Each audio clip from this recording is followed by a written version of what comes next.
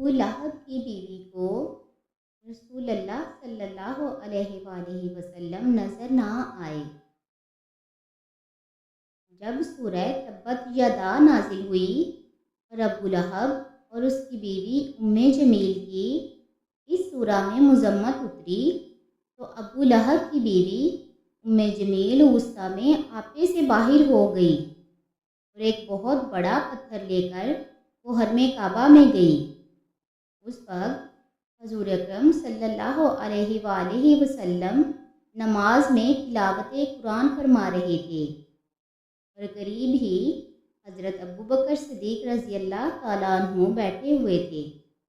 ام جمیل بڑبڑاتی ہوئی آئی اور حضور اکرم صلی اللہ علیہ وآلہ وسلم کے پاس سے گزرتی ہوئی حضرت ابو بکر صدیق رضی اللہ تعالیٰ عنہ کے پاس آئی اور مارے غصے کے منہ میں جھاگ بھرتے ہوئے کہنے لگی کہ بتاؤ تمہارے رسول کہاں ہیں؟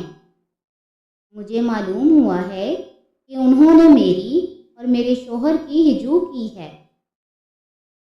حضرت صدیق اکبر رضی اللہ تعالیٰ عنہ نے فرمایا کہ میرے رسول شائع نہیں ہیں کہ کسی کی ہجو کریں۔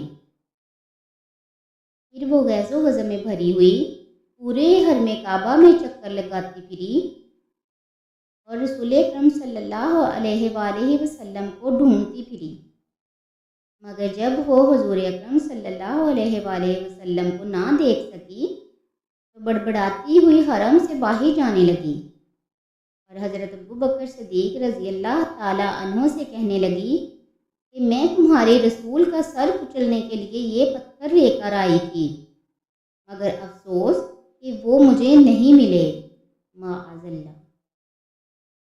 حضرت ابو بکر صدیق رضی اللہ تعالیٰ عنہ نے حضور اکرم صلی اللہ علیہ وآلہ وسلم سے اس واقعہ کا ذکر کیا تو آپ علیہ السلام نے فرمایا کہ میرے پاس بھی وہ کئی بار گزری، مگر میرے اور اس کے درمیان ایک فرشتہ اس طرح حائل ہو گیا کہ آنکھ پھاڑ پھاڑ کر دیکھنے کے باوجود وہ مجھے نہ دیکھ سکی۔ اس واقعے سے متعلق یہ آیت نازل ہوئی۔ ترجمہ: اور اے محبوب، جب آپ نے قرآن پڑھا تو ہم نے آپ اور ان میں جو آخرت پر ایمان نہیں لاتے ایک چھپا ہوا پردہ ڈال دیا۔ درس ہدایت: ام جمیل آنکھیں رکھتے ہوئے اور آنکھیں کھول کھول کر دیکھنے کے باوجود بھی نبی کریم علیہ الصلوۃ والسلام کے پاس ہی سے تلاش کرتی ہوئی بار بار گزری، مگر وہ آپ علیہ السلام کو نہیں دیکھ سکی۔ بلا شبہ یہ ایک عجیب بات ہے اور اس کو حضور اکرم صلی اللہ علیہ وآلہ وسلم کے معجزہ کے سوا کچھ بھی نہیں کہا جا سکتا۔ اس قسم کے معجزات حضور صلی اللہ علیہ وآلہ وسلم کی طرف سے بارہا صادر ہوئے ہیں۔ یہ ہمارے نبی کریم علیہ الصلوۃ والسلام کے معجزات میں سے ہی ہیں۔ اللہم صلی علی سیدنا محمد وعلی آل سیدنا محمد وبارک وسلم۔